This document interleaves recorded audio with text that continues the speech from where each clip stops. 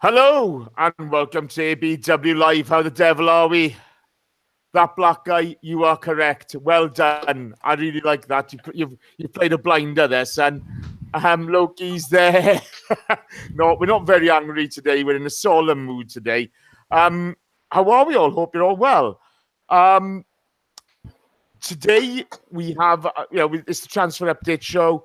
I know there's not been a massive amount of activity in the transfer market, but we're going to talk Arsenal. We've played Atletico, so we'll go there now. Before we start, a shout out to my mate Barry, who passed away recently. Unfortunately, we buried him today.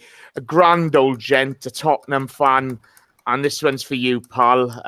He was of an age was Barry, and he was a lovely, lovely guy. So it's a bit of a shout out to him. In the chat box, you've got Loki, that black guy, Kilo Dogs, Marcus Hodges, Guna Jaden. Hello, guys. We all okay? Tonight, I'm joined by the one and only Gunaholic. How the devil are you, Dave?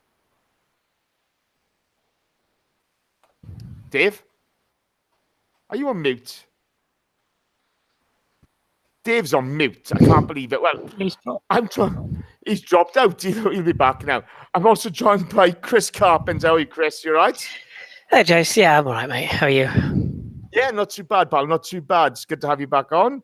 Cool. Really enjoyed the Grassroots pod this week. Well done. Thank you all. Yeah, it's good fun to do that with old Danny boy. So got some really good feedback as well. So thank you, everybody. Yeah, it was really, really good. Also, here we have him. It's Josh. How are you, Josh? You okay? I'm good, thank you. I'm actually here. I'm surprised you're in a vest in this weather. It's because I'm inside. Nice. Curtains are drawn. I can imagine, pal. I can imagine. Okay, just to keep everybody updated, okay? This week we're releasing Simon. Simon Collins is out in Singapore, following the team for work, and he's doing some specials for us. So every now and again, you're going to see some content come up. If you want to catch that content as soon as it comes out, subscribe to the page on YouTube. Press the bell icon, and you'll be notified as soon as it comes out. So here we go. The chat box is bouncing again now. Love this chat box. And to all those who say they don't care who's in the chat box, I do. I bloody love this chat box. It's superb. So yeah, Simon's out there. There's regular slots. He's just talking to you about all the things that are happening with Arsenal. He's interviewing the players, and you're seeing some exclusive content and his thoughts come out. So without much of ado, which one of you... Oh, Dave's back! Dave, how are you? I'm blooming, thank you, mate. I'm cursing Virgin Media at the moment, but a little reboot and all was well. Nice. Well, it's good to have you on board, pal. Dave, did you watch the Atletico game today? I did. I saw most of it. I think I missed about the first 20 minutes, which apparently was probably the best that we played. But no, I enjoyed. It was lovely to see them playing again. There's a feel good about it, isn't there? And they kind of exhibited that today. It was typical pre-season. Few things that you would, if you were really going to be picky about, you would get down on. But at this stage of the pre-season, no, I thought I was very impressed with what we saw, and particularly with Emile Smith-Rowe. But we've got to be careful not to build him up too much too soon. Yeah, I the boy's doing very well at the moment, but I would issue caution. He's a child. He's 17. He's a child. Leave him alone. Leave him just develop properly. He'll come along at his own time. I remember people talking up Zlalalem, and you never saw. I never saw in Zlalalem that top 2 inches, that real desire to win, to believe in himself. But No. I was waiting for it. Kids. Chris, your thoughts on today's game? Did you get to watch it, mate?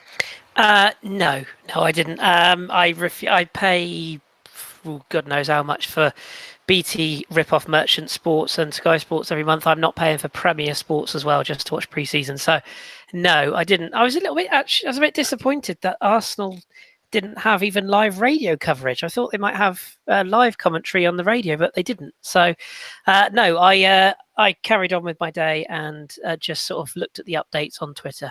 I've seen the goal though, all the goals, and I hear Petr Cech saved a penalty. So I think that probably means the world's going to end. 2. There you go. The world is definitely going to end then. Between the weather and Czech saving penalties, it's all gone tits up. And in response, Sam's put in the chat there, has Chris ever heard of streaming? Sam, I hate streams. I cannot be doing with them. Really bugs me. So no, I don't do streams, I'm afraid. I have to say, you should get yourself Virgin Media. The Wi-Fi is crap, but they do have free Premier Sports. Do they? Okay, I've got Virgin Media broadband, just not TV. So yeah, maybe I should. I see Josh has put that a popular betting site had it. I didn't realise, but never mind. But as you said, Dave, good. It's nice to have them. It's nice to have them back. Have the boys back. There's obviously a good, like you said, a feel good factor about it, and I think we're probably going to see 2 very different teams today and Saturday. So it'd be good to see them playing again. Well, we're seeing 2 very different teams in each half at the moment. Yeah, good point. Yeah. Josh, did you get to watch the game, pal? I did watch it. There was a lot of raw talent that I think we saw on the field. I would certainly enjoy the fact that, Emil Smith-Rowe has got luck on his side, because I'm sure when I slip and take that kind of shot, it goes into row Z, not the top corner. But other than that, I think I don't want to say too much about, or read into too much of the situations there, but this is the first real test we've seen of pre-season of someone attacking this new look defence and this Emery drilled defence, should we say. Well, Simon made the point on Twitter today and in the group that you could audibly hear the shouts of press, from training, etc. They go hunting in packs initially. If they don't win a quick turnover, they back off and realign themselves. So it's quite nice to see the things that they've been working on the training pitch transitioning into game time.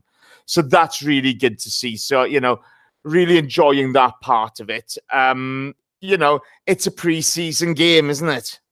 There's not a massive amount to talk about on that.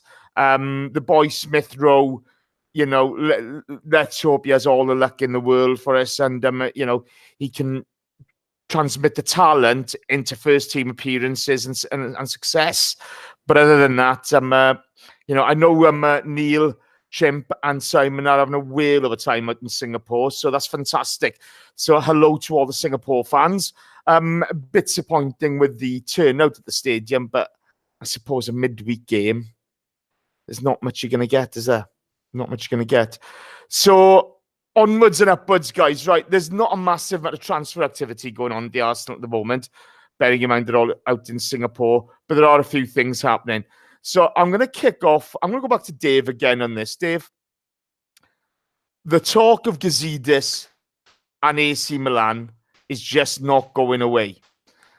I know Sir Chips Keswick has spoken about things today. But I mean, what's your view on it, Dave? How do you see this working out? Sorry, just to frame this for you, from myself, everybody knows I'm not a massive Gazidis fan. I think he's done a competent job, but he took over a club which wasn't in bad health, it was in good health, but a transitional stage. And to leave now, I would find very strange. Give us your thoughts, please, Dave. I've gone through 180 degrees on it in the last 24 hours. When the stories first started to break a week or 2 back, I couldn't comprehend what would possibly tempt him away, having won the power battle at Arsenal, having installed the structure that he thought was right for the football club. I thought he would have stayed to reap the benefit of that, particularly bearing in mind that Milan have got their obvious worries with FFP. The money's not good. The money situation is not good there. They have bought a lot of substandard players. So there's a lot of work to be done there to rebuild that club.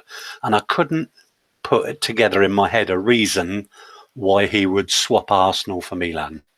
We know he's got a link with the Elliott management company. But yesterday, that rumour broke that he's been offered the opportunity.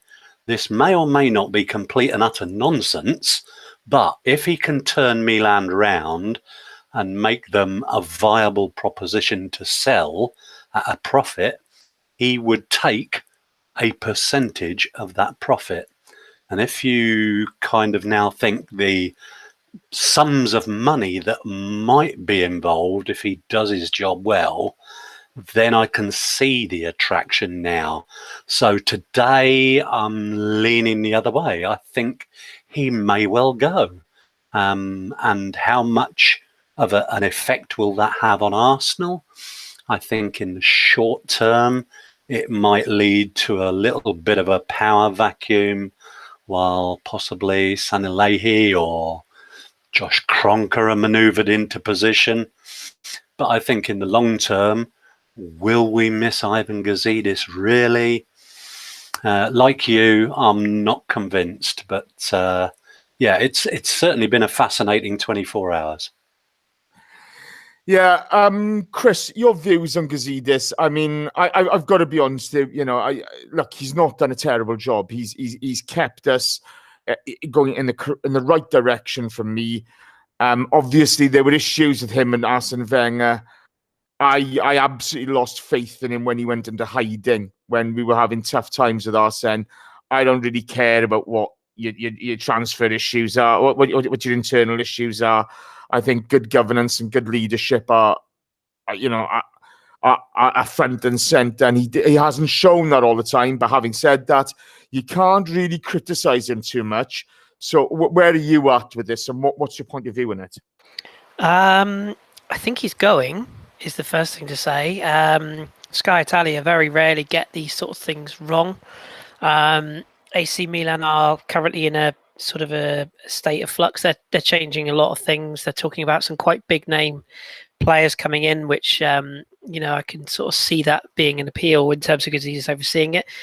The bit that is weird, like Dave said, is the timing. He fought so hard to get controlled that he's now giving it away.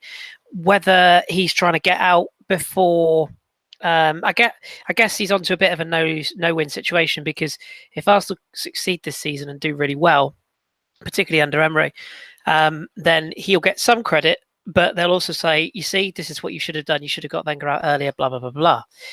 Whereas if Emery fails, he'll also get the opposite of that. He'll get the criticism. So maybe he doesn't actually want to be around for either eventuality. Maybe he wants something completely fresh. There's other things that come into play as well. There might be things we don't know about. There might be a large payoff, like Dave said. There might be family issues. Could be all sorts that play into it. As far as how I see it doesn't affect the players, I don't think, in any way, shape or form. The only side of the playing staff it affects potentially is the Ramsey deal. That's my biggest worry, because we know that Gazidis oversees quite a lot of the check signing. He's obviously was instrumental in bringing in the negotiators that are currently working with Aaron and his people. Whilst I do think that the decision on his future will be based largely around his agent and what his agent wants rather than himself, and then we'll come on to it later on. That's my only real concern, is that if Gazidis walks now, does that make Aaron Ramsey's people go, actually, this is a club that should be negotiating a new contract and now hasn't even got a chief executive? So it's a worry. And the only other worry I got, I guess, is who would come in. But at the risk of being a bit boring, I've said all along, and I'll continue to say, I don't really care if Mickey Mouse runs Arsenal. I really have no interest in the financial side, the upstairs side. That's for people like Mr. Fife who understand that, and Steve. For me, I like watching what's on the pitch, and as long as we're stable and we're profitable, I don't mind if you're in charge, Jace. To be honest, Mickey Mouse runs Pompey. Remember? That's very true. That's very true. Yes. Very good. Good shout. I'd love to be in charge. Oh my God! Yeah, I'd love to. Can you imagine what happened to Arsenal? Yes, I can imagine what would happen. Yeah, there'd be a revolt. Yeah. They'd have bricks thrown at them at half time if they weren't playing well, wouldn't they? You'd give £1 a week, and everyone would. Let me tell you all one thing now, okay? You would never be happier, and if you weren't happy, you'd know about it. There'd be trouble. It would be a tight ship. I tell you that for nothing. Josh, I know, myself and you, we both have had chats about Gazidis in the past. You're very pro Gazidis. Give me a take on this. And do you think he will leave? Yeah, as you say, we've certainly gone hell for leather, shall we say, for how we feel about Gazidis. I'm kind of on the fence regarding, do I mind seeing him go? If he's done his job properly, we shouldn't really notice him leaving because of the structure that he's put in place. I think if it was just him and Arsene, like it was 2 or 3 seasons ago, and he left, we'd have more of an issue. But looking at his previous projects that he's done, MLS, the job he did there, that was just to really set them up and get them going and then step away once it moved into the next phase of the project. And I think it's a similar thing that he's going to here. And with the sound of what the Milan position is, it's the same thing again, that he's one of those people that likes to pick up a project, put it live, and then let the business as usual just continue and not really get involved with that and move on to the next project. And as someone that's worked in projects, that's the exciting bit, is when you're actually doing the project, it going live, great. But once you're then doing the business as usual, it's boring as hell. And just going back into getting more project works, the pace of the environment is a lot higher. I think that's perhaps what he's looking for, and just, that extra challenge for him. I think he's looking at the money, mate. I think he's jumping ship. Money is going to come into it. Great. Yeah. If I'm going to get a percentage of a sale of Milan, yeah, I'm not going to go, exactly, going to sit on the fence. It's a bit like Szczesny going to Juve. Oh, I've got the chance of being second choice goalkeeper at a massive club, but I have to work behind Buffon. Yeah, that's all right. He's the best goalkeeper of all time. I'd probably go there. I think just a quick point. Daniel Cronin, you are correct. I would make the Arsenal great again. No ifs or buts. You're getting hats made, aren't you? Well, hey, leave it there. Okay, so flip side here now. I'm just going to play devil's advocate. I mean, if he has done his job properly, as you say, you shouldn't notice, really. With Husfani doing the contracts, Sanier, he's the director of football, Maitland-Niles in charge of sort of talent acquisition, and Emery managing the team. There's not much glory for chief executive anyway. There's only Gill and Kenyon I can think of in my lifetime who've been, and Dean as well, I suppose, who've been great CEOs. But they were certainly under different structures, weren't they? That was the 2 to 1-to-1 relationship rather than a squad of, upper management, if we call it that. I mean, the Gazidis era has seen us move. Edelman was in charge first. The move to the Emirates. I mean, you can't really call it project management. It's 10 years in the making. He's overseen, the transition between Arsene and the new and Emery, the new guy. I just find it a strange time for him to leave. But as you say, if the money's on offer, he would be a fool to turn that down, wouldn't he? Yeah, and if you think you can do the same thing that he's done with Arsenal, and under that 10 years, we were working to a restricted budget. Milan, with their financial issues, they're going to want to, flip this pretty quickly from the sounds of things with these American owners. So being able to control the budgets and make sure a team is getting into consistent places within, European competition, which is where Milan want to be, so that they're then desirable to a buyer. Perfect. I think that's something that he has shown in the last 10 years, alongside a manager that can do that as well in Arsene. That is available. Exactly. He's also available. So maybe we see them join up together in some kind of reunion. I tell you what, I would laugh. I genuinely would laugh if there's Arsene Wenger and Ivan Gazidis at AC Milan. I mean, to be fair, look, Milan are now owned by a hedge fund, because the terms that Lee borrowed that money on, is quite phenomenal, and it was never going to work. Just some background on it, and AC Milan are a club rich with history. I'm not a Milan fan, but I kind of hope it all kind of works out for them. But whether Gazidis goes or stays, I think the Cronks aren't going to put an idiot in charge of our club. And, if it's Josh Cronk, well, Josh Cronk is quietly getting on and done things at the Rams and being very efficient. And I wouldn't be against that, as much as I don't like the way the Cronks are running the club. That's all you want is safe stewardship and the ability for us to grow. Yeah, Josh is at the Nuggets. He's not at the Rams. Stan still looks after the Rams. Stan still looks after the Rams. Stan's still at the Rams, but no, Josh is at Denver Nuggets, and he's also part of KSE Europe. Right. I thought he had a bit to do with. I thought he had a bit to do with the Rams and the move to LA. No, that was still Stan. I've heard Danny's part of KFC Europe. I don't know if that's true or not. Part of the chicken shortage. I think he said KSE. He is the head of KSE Europe. Yeah, I tell you what, boys. On to something a bit more serious, guys. Chris, I'm going to stick with you in this. Mesut Ozil this week announces his retirement from international football and states what is blindingly obvious to anybody outside, where, he has been targeted. Don't get me wrong, he gets a tough time from some of us here on ABW now and again. But it seemed as in the World Cup, the likes of Cruz, Muller got away with blue murder for producing dog shit performance after dog shit performance.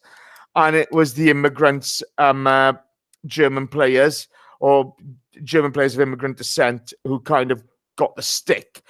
Then you get Hornis coming in, and Hornis, the tax dodger, the guy who swindled money from the German people, stating utter nonsense, attacking Ozil with utter lies and deceit, to be honest with you.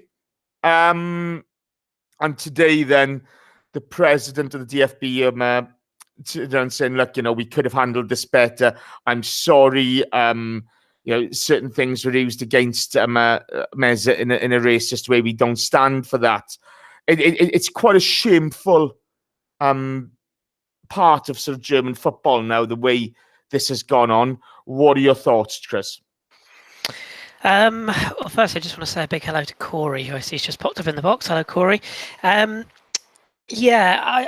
fairly straightforward on this one in that, as you say, Mesut isn't above stick, and I understand those who do give him some stick. But in this instance and in this circumstance, I think he's absolutely right. I think there is, I said in the group the other day, you mentioned about the Ollie Hoeneß comments, people like him is what's wrong with modern football. Old-fashioned racists, basically, in football. That's what he is, in my opinion, allegedly. That's what I feel he is. I think he's out of touch. I feel that he is a guy who is the sort of classic they don't like it up type of guy. And as you said, he's not exactly squeaky clean himself. I do feel that that both Mesut's and İlkay Gündoğan's people maybe took a bad choice in terms of meeting is it Erdogan? I think it is the Turkish Prime Minister. I think that was probably an error in judgment. And I think if Mesut had his time again, maybe he would have done that a little bit more discreetly. That said, I've read some pretty interesting stuff that sort of suggests that when Erdogan says he'd like to meet you, it's in your interest to go. So I can sort of see there's pressures on both sides. The thing that bugs me, and sorry if I'm going to upset some people here, football and politics, I know they go together, but it's a load of old bollocks. That you should not have the political side affecting what a player does on the pitch. And if I think Yogi Love's got a lot to answer for here as well. If you feel that your player is not in the right frame of mind for whatever reason, and if you feel that his head has been turned pre-tournament for whatever reason, then why are you taking him? Why are you picking him? And essentially what they did is they took Mesut Ozil and İlkay Gündoğan to basically use, in my opinion, as deflectors. They were there to take the stick when it all went wrong. And if it had gone well for Germany and they'd have progressed in the tournament, they probably would have played even less, and this would have just been swept under the carpet. in terms of Mesut himself, I think, he's obviously made a very difficult decision for him and his family. I think he's made the right decision. It's, from a selfish point of view, it's going to benefit Arsenal a considerable amount. I noticed that he changed his bio very quickly, didn't he, on his social media to say Arsenal footballer and nothing else. He's taken the Germany side of it straight away down. And I think in a weird way, how we've backed him. When Emery's come out and backed him, said he's part of the Arsenal family. Obviously, we've given him the 10 shirt, which I know he's wanted for a while. We might just see the very best of Mesut Ozil next season, because he's a happy player and a looked after player in an environment that is willing to support him. And the outpouring, I know Arsenal Twitter is obviously quite a monster in itself, but the support that Mesut got from this, I thought, was really, really good. And if you want some really high level opinions on this sort of thing, Archie Rintut or Raphael Honigstein are two must follows. They've had some really good, interesting things to say about this. So it'll be interesting. And the only other thing I would add to this is it'll be very interesting now to see what comes of this. Do other players start saying that, do other players start coming out saying, do you know what, actually, this has been going on for a while? We had the young lad at Liverpool, didn't we, who said about racism last season. Ryan Brewster. That's the Badger. Yeah, it does make you wonder if this might set a precedent for others to come out and, and throw a few old hat and a few dinosaurs under some buses.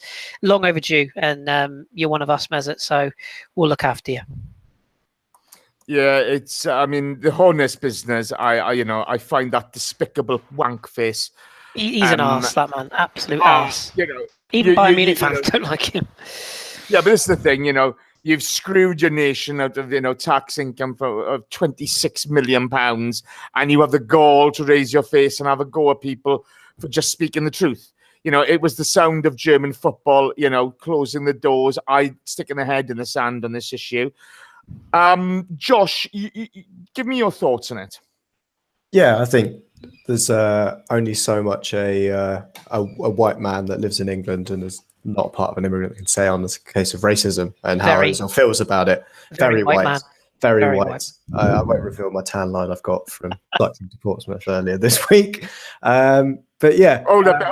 Stop. But you are ginger. You must understand some of it. Justice for gingers, hashtag. Yeah. Oh, no, sorry. I do know something about racism. Yes. Yeah, I can't really say much more on the whole thing. I would like to bear in mind to Mr. Honus that 8 of his own players were in that Germany squad that also dropped out. So it can't be all of them. And I've also seen that Boateng's now looking to move out of that club. So all is not well at Bayern Munich. And I think, as Chris put, that these are the kind of people, they're not necessarily old, don't want to tar them with that kind of brush. There are young racists as well. They also need to be kicked out of football, and I would totally agree with everything that Ozil's done, and it's great to see people doing things like this. And I thought one of the things that really came out for this was the moment that Raheem Sterling looks to do this, because of the kind of stuff he's received internally in England is also just despicable. And I think it's just something that overall isn't just a problem with Germany. It's a problem across every country has got their problems with this, and ensuring that the people are called out for it is exactly what needs to be done and not brushed under the carpet. Well said. I got to be honest, I'm no fan of Raheem Sterling, but some of the grief he gets in the media, the English, I suppose the German, the English media, etc., they need to take a long, hard look at themselves. It's quite disgraceful. Having said that, Dave, let's play devil's advocate here. No, I'm playing Mesut. You're going to get challenged, Dave. I like to challenge you. Do you think it's nice that Mesut Ozil finally showed a bit of backbone, which he could have shown on the pitch last season for us? Oh, there's another controversial one. Hey! We're here to discuss the facts, aren't we? Let's be honest. I'm happy enough to have a pop at Mesut Ozil last season, and I want to see the best out of him, but I didn't think he gave it last season. I was very impressed with this statement. I thought, good for you. You've stood up for yourself. But I want to see that on the pitch in an Arsenal shirt. Oh yeah, absolutely. I'm not. We did this discussion on the last show. I'm not altogether sure that he was the big letdown that people thought he was last season. The only thing I would say is that he did pick and choose his games, and that may well have been part of a greater injury management program. So that's me being the playing the devil's advocate, if you like. Yes, he wasn't 100% all of the time. I don't know a player at Arsenal who was. I don't know a player anywhere who was 100% all of the time. I do like the fact that he has stood his ground on a matter, quite rightly, a matter of great importance to him, because he's on the right side. I do believe it's. I love Twitter when Uli Hoeneß came out with what he came out with. And all of a sudden, there was the guy producing the statistics. Well, in the World Cup, when Uli Hoeneß last played, he made 7 tackles. And in this World Cup, Mesut Ozil made 7 tackles.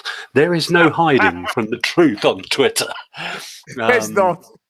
Yeah, but I think you're right. I love the fact that he has had the balls to stand up to them. I love the fact that he's given up international football and he'll be devoting his energies to us. I think that's fantastic. And I look forward to seeing the best of him most weeks this season. Here. Let me get this straight. You know, when we discuss things like this, I am going to challenge the guys, and I am going to ask some difficult questions. You know, and we're not going to shy away from that.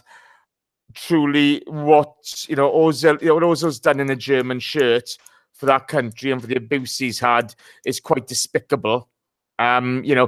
He's since the last World Cup, he's been German Player of the Year 3 times. You know, the nature of the assists and everything he gets, it's phenomenal. And for him to be scapegoated in this way, and let's get something straight. Whatever your thoughts about Erdogan and the rights and wrongs of everything, okay? You know, he's the Turkish president. Not many footballers are going to turn around and say no to a photograph. You know, you are going to have the odd couple, but not a lot. So, you know, I think it's quite disgusting what's happened to him. On to other matters. Who am I going to come to first? And I'm going to come to Josh on this first. Aaron Ramsey. Simon interviewed him out in Singapore this week, and Simon's words are he sounded less than convincing about his future. Do you think it looks positive at the moment? Do you think he's a gone guy? What are your thoughts, Josh? I think it was one of the videos that Simon sent across or put out was one of the interview with him where he was just, every answer was, it's between the club and my agent, the club and my agent. So it seems like Rambo's got his demands, he's given them to his agent, and just it's at that point at the moment. I think he's trying to concentrate on pre-season at the moment. It's ridiculously humid out there, and I'm assuming Welsh boys don't deal with the heat that well. A bit like ginger ones. Probably a little bit knackered. Whoa. We deal with the heat just fine. Look at Geraint Thomas. No messing about here, pal. That's true, but I'm sure there's something in his jiffy bag that keeps him cool. Don't cast aspersions on a Welshman. Carry on. I'm casting aspersions on a whole team, thank you, run by Rupert Murdoch, but that's a different thing altogether. You're going to need a bigger keep net, I'm afraid, Josh. Yeah. Yeah, I don't think Rambo's going. Sorry, ladies and gentlemen, this will be the last time you'll be hearing from Josh in a while. Okay, there will be a prize. There will be a prize for whoever finds his body. Carry on, Josh. Struth, mate. Yeah, the Aussies are coming. Yeah, I think Rambo's staying, to be honest. I think it's just a case of he was caught in an inopportune moment and perhaps is getting a bit frustrated with these, that he's having to answer questions about his future when he'd rather get on with playing football like most footballers do. This isn't part of something I think he's truly interested in if he wants to stay at Arsenal, because he hasn't been linked with anyone. Where's the rumours coming out that he wants to go and, say, join Ivan by going to AC Milan or, Man United. There's none of these rumours coming out. So it's still leaving me to believe that he wants to stay. So it's just a case of them, his agent and the club kind of nutting it out and getting it sorted. Yeah. Okay. Chris. I really don't know where I sit on this. Well, I do, and it's one of those. I do know where I sit on it, and it's that the reason that I'm worried. The longer it goes, the more I have a concern that he's going. I think the biggest worry I've got at this stage is that if he does go, we are leaving it extremely late to fill that gap. And part of me thinks, well, actually, one area of the one area of the pitch we've actually got enough to cover is midfield, but not in terms of the experience that he brings, the leadership that he could bring to that area, the fact that he's obviously well liked in the club, and a lot of our attacking play goes through him. I wish we still lived in a teletext era, and what I mean by that is that I long for the days when players just came out and said, "I'm happy here. I love this club. I got no reason to go. I'm not leaving as long as the numbers work. I'm happy." We don't get that anymore. We don't get that, and I think if we were to get that, it would just put people's minds at rest, because then they could say, okay, it's clear that the player wants to stay. It's clear that he's very happy, but Arsenal haven't paid him enough, and therefore he's moved on. And we'd all go. I don't think any of us on this pod now, or any fans, would say, do you know what? That's shit. Don't like that. I think we'd all accept it, almost like we did with Giroud. None of us like the fact he's at Chelsea, but he gave loyal service. He moved on to play. And I think it's a similar situation with Aaron. But unfortunately, because every player now, and he's not alone in this, talks through their agent, and every player has an agent, we never really get the true feeling. And we're forced to rely on things like body language and, did the player drink 3 cups of coffee or 2? Did he have cornflakes or Cocoa Pops? All these stupid things that people read into. If you look at the pictures and if you look at the way he's training and that, he looks like a happy player to me. And he said in the interview today that he'll always give 100%. He's committed to improving the side, etc. But let's be honest, he's not going to say any different. He's not going to come out and say, well, I'll do my best, but if they don't pay me enough, then I'll probably down tools. He's not going to say that, is he? So he's keeping things close to his chest. I thought the only thing.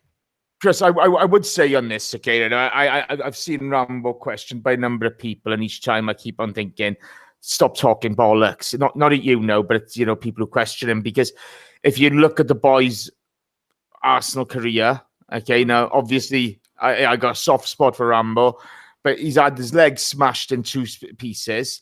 He's been booed by the whole crowd. He's had to put up with more shit than a lot of players. I've seen Arsenal for midfielders put out dog shit on that pitch and get lauded, and yet he puts out a decent game and still gets smashed by certain fan base. You can't question his commitment. You can't question his attitude. To replace the 20 goals he contributed towards last season is going to cost you £60 million plus to replace him. So all these people, get gone and replace. You're not going to be able to do it. You're just not. His stats out last season outdid Pogba, outdid Vidal, outdid every top attacking midfielder in Europe last season. How do you replace him?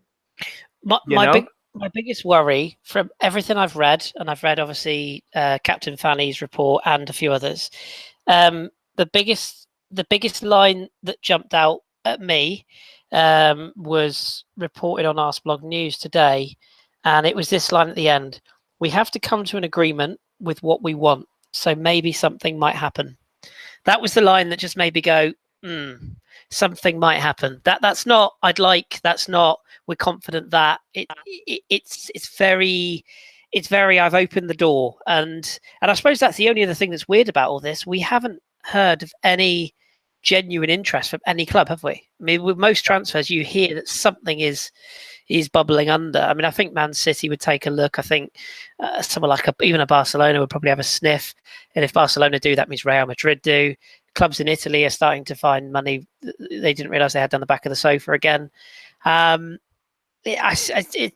it's just a feeling that I get that all is not well, and I hope I'm wrong, because I've turned my opinions around. I still think there's areas of his game that he could work at, but that could be said for any player.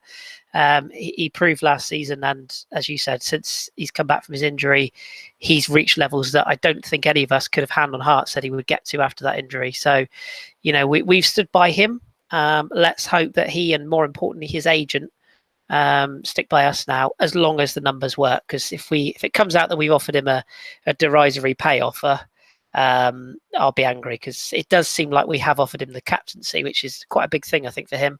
But it's whether the numbers work now. So I think we need to get Mr. Fife in on this somehow, and get him to crunch some numbers for us. Well, it's one of those. We'll find out in coming weeks.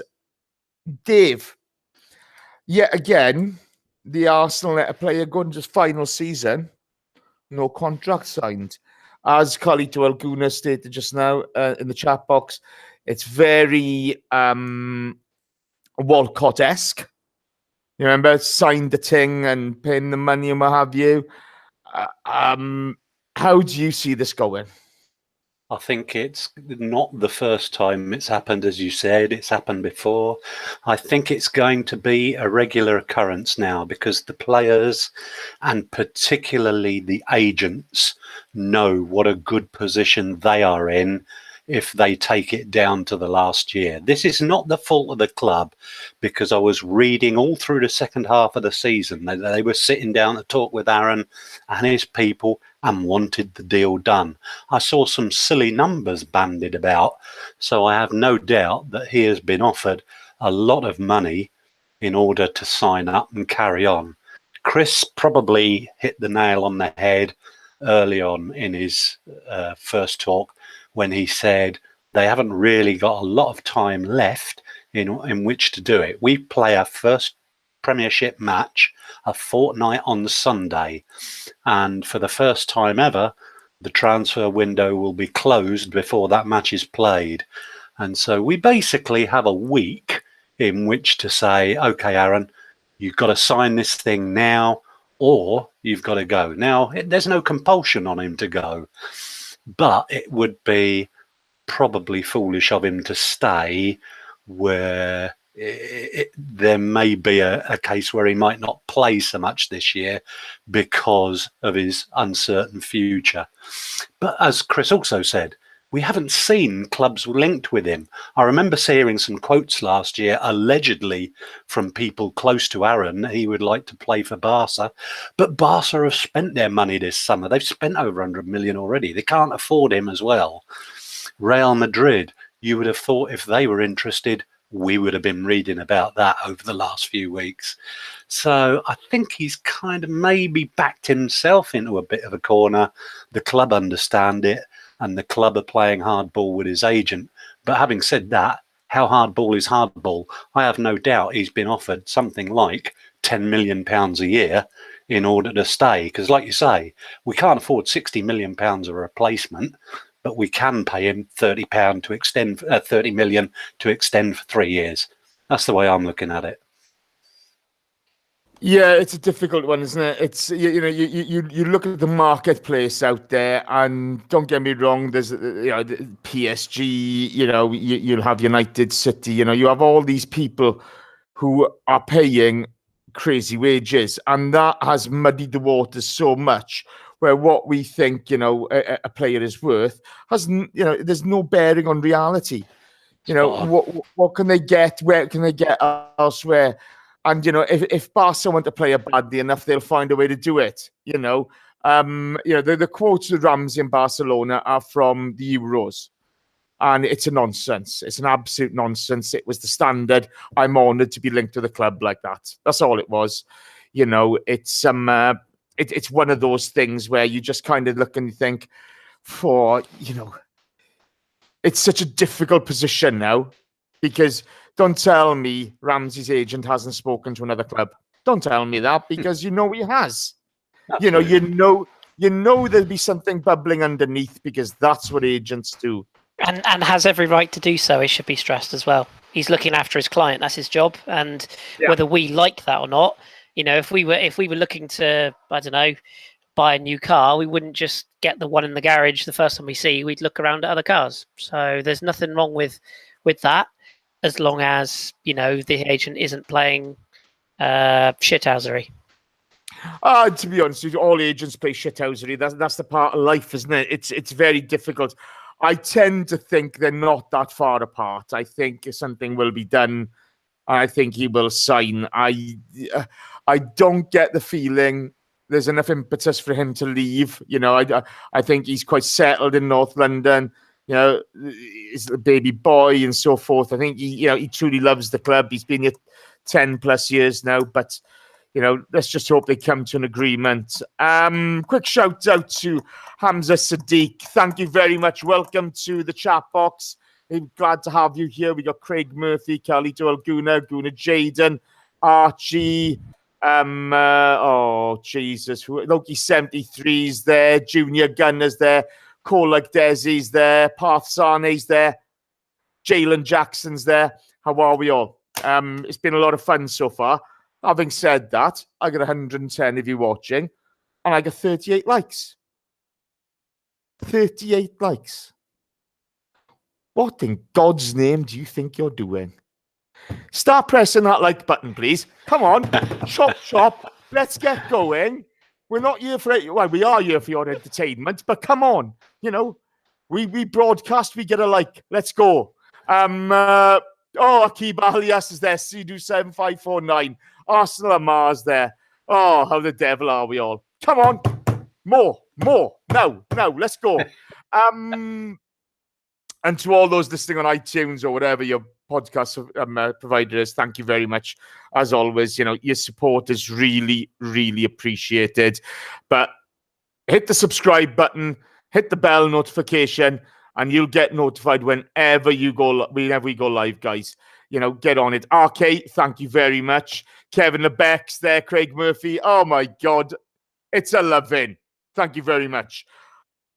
On to some sadder news. Jeff Reynard delayed. Josh, talk us through it, leaving the club today. Yeah, I think he's gone back to Angers, I believe, the club he was on loan at last season. I think he was one of those players that was certainly promising. I remember the hype that was created when he came through. I think I likened him to a Diaby, the way he kind of carried the ball through the midfield. But yeah, ultimately, as you said, he's one of those players that doesn't seem to have had the full quality we were looking for. I think it was really highly promising when he came in, certainly. But I think the opportunities for him would have been very much reduced. And at that age, you need to be playing football, and getting pushed out on loan every year isn't really conducive for a player. And having something settled in his life, I think, is what he needed. And yeah, it'll be, I wouldn't say it'd be a miss because he hasn't been part of our squad for 2 seasons, but it's a shame to see a player not necessarily come through and make it as you'd expect at the Arsenal. Yeah, Dave, when Jeff came to the club, I can't remember. Chris will tell us who the other guy he came along with. Yassine Fortune. Thank you very much, Christopher. Good memory. But when you look at the talent that he had on offer, it's quite damning that he hasn't made it. It's one of those things where it's quite sad because I really thought this kid had it all, and yet he can't transfer it into consistent performances and to challenge for first team honours. What are your thoughts, Dave? And once you're finished, hand it over to Chris because I'm getting myself a squash. No problem. Well, he's not the first. He wasn't the last that we picked up as a result of the form that he showed through the French international age groups at under 17, under 19 level. Dare I say, Yaya Sanogo, we bought on the basis of this guy has the potential to be the next Nicolas Nelka. Jeff Rain Adelaide came highly recommended. And he had an exceptional youth career. The unfortunate thing was that when we first loaned him out to Angers, if I'm being correct with the pronunciation, He didn't set any trees alight. It wasn't really the coming of him, the growing of him. And he hasn't developed that fully. It's quite interesting, though, that he played in the first 2 pre-season matches and I believe scored in both of them. So he must have convinced by some other means, Mr. Emery, that he's not part of our future. And it's unfortunate. It happens with young players. Some are outstanding. Dare I mention Wellington Silva? I was told long before he turned up here that we were getting the next Pele.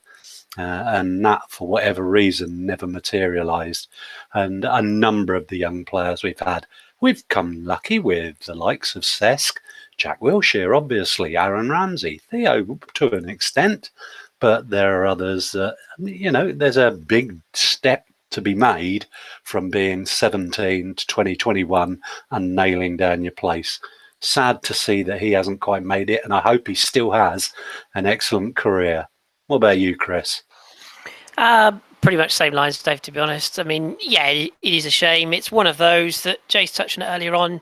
You take a gamble with some young players. I said at the time, and even now I stand by it, Yassine Fortune, who he came with in the deal from Lens, was actually the more talented prospect as far as the French side of the argument was going. He was the one that showed more promise. And I think if you actually talk to a lot of people at Arsenal in the youth setup, I know George Bird has said similar, Yassine was very quickly the one that they went, oh, actually, we've got a player here. Unfortunately for Yassine, injuries was a big problem. And it's the same for Jeffrey in Adelaide. I think the problem that Jeff had probably was almost the fame wagon, the explosion of his name at the Emirates Cup. I think he played. I think it's Wolfsburg from memory. He played against, and he did a few nice things. And a few people, much like they're doing with young Emile Smith-Rowe now, are saying, he's the new. And the minute someone says that, you're on a bit of a hiding to nothing. The only other thing I would probably say about the Jeff is there is a suspicion from the French side of things. He does have the habit of being a little bit, shall we say, lax in terms of things like punctuality and discipline, dare I say it, off the pitch. Don't get me wrong, he's not a bad lad, but it's particularly when he was up and coming through the French system, there was a little bit of an attitude question mark. So maybe Faye went to his head a little bit. A club like Angers is a good fit for him. He played on loan there last season. They're pleased to have him back. And in hindsight, yes, it's sad. It's another player that goes out the door, but I think we've got better options in that area of the pitch moving forwards anyway. And if it means that the young lad like Smith-Rowe gets a chance, so be it. So good luck to him. But yeah, unfortunately, it's another one of our double-barreled surnames gone. So we'll have to find some more. Yeah, that's a bit disappointing. So, Yeah. Okay, Chris, I'll stick with you, and I want everybody's answering this. Is this kind of now a damning indictment on the academy system where, you come through, it's under 23s, not the kind of B team, and so many young, and these guys are obviously talented, they are obviously talented, but they're unable to have that kind of mentality to come through in groups of 3 or 4 where, you get that, like we had with Thomas Davis, I know Keown left to come back, but Adams, etc. You had that class of 91 or whatever with United and whatnot. Do you think the academy system's watered that down so much that these guys, they just really haven't got the mentality to force their way into first team football? Do you know, I genuinely think that people make a bit too much of the academy system at clubs. Main reason I say that is I always, whenever someone levels something, particularly at Arsenal, I like to step back and I think, well, I'm going to jump on that and go, oh, no, you're talking about my club, so I get defensive. Have a look at all the other clubs, particularly the top 7 or 8 clubs. How many academy players are coming through their academies? How many players are making the step? I know the obvious one people will mention is Spurs, but they bought a few of their players, particularly Deli Diver, as a good example. Harry Kane was basically a failure and sent out on loan, and they got fortunate when they brought him back because they had nobody else, and obviously he's gone on to be average. But it's I don't know. I just think that people maybe read into it a bit too much. We have had some successes, and I think who was it who was saying about? Was it Neil was saying, or somebody in our group was saying, that on average the squad system, might even have been Dave actually. They were saying that they only expect to produce one out of something like 13, a group of 13, 14. They don't expect one to come through that system. We had Jack Wilshere, where that could have gone, injuries aside, who knows? There have been others. I just think that there's a little bit too much emphasis put on it. And I'm actually one of the rare people that prefers us to go out and buy a player at a young level and then nurture his talent just as much as I am saying, well, he's North London, therefore we should nurture him. We've still got Alex Iwobi, who's a local lad. We've still got players who have been at the club for a number of years that still could make it. But we are also starting to go back out into Europe again, particularly under Emery, and we're scouting those big name players again. Lots of links there's another young lad from France who's likely to come over next week, who's likely to join us. We are, and Guendouzi is another one. We are scouting those young up and coming players. So for me, it's a academy, under 23s, local, not local. It's a whole melting pot. And if you said to me in 10 years, Arsenal will have a team of lads from North London, I'd say fantastic, brilliant. But equally, if you said to me, you'll have a team of aliens, but you'll be close to the league every year, I wouldn't give a monkeys. So yeah, I think a bit too much of it is made in truth. And I'm excited to see what the future comes with these new coaches, because they're clearly quite enthusiastic about the young players we've got now. I think the issue, in all honesty, Chris, is that you have this perception from the 2009 era, where we had J. Emmanuel Thomas and that group of players, Watt and Sunu and all those guys. Jack Wilshere was another, where we had people got the impression that they were being paid too much under the Arsene Wenger ruling, and that the money we were spending on the academy was a chunk of money that probably would have been better spent elsewhere. And I think that argument still rages in people's minds. I think we're looking at how much money are we spending on youth development for the little that we're getting out of it. Given that now there's all this television money and all the rest of it, we could be and have been buying better players outside the club. But maybe we could take the academy money and continue to do that. I don't know that the business model will support that, but I think it's probably a different option now that Arsene Wenger has gone. They may look at the financial split between that and buying players. There are a number of teams lower down the divisions that have now scrapped their academies because they're not, for them at that point and that level down, it's no financial benefit. But just thinking back, we've had a lot come through our academy. It's just not necessarily the ones we wanted to come through. Or who have played for Arsenal. They've moved on, haven't they? Maitland-Niles came through. A lot of players from other clubs, Josh. Yeah. But I mean, Maitland-Niles came through last season. The season before, was that Alex Iwobi's breakthrough season? Yep. I mean, what he's done afterwards is, nothing in between that. And Bellerin has come through. We've got these guys in our squad, within our team. Coquelin needed a loan and then came back and turned out to be indispensable for a few games for us. I think we've got, I think the players that have come through, if you look at what their market value would be now, I think that covers the cost of a generation, certainly, or at least a year that they came through. We've got 3 exciting players that are coming through straight from the academy. Reece Nelson, we've got Smith Rowe, we've got Willock as well. And Ketia, we stole from Chelsea. Yeah, it doesn't matter. He's still through the academy, isn't he? Yeah, that's true. I think the big issue with the lower league as well. Yeah, the big issue of the lower league clubs has been that their talent was getting stolen at academy level by bigger clubs, and so therefore there was no, financially it wasn't worth it for them. For us during the Arsene Wenger years, with moving stadium, etc., we had no choice. We had to rely on these academy players, and you get, if you input X amount of pounds, it generates more the other end.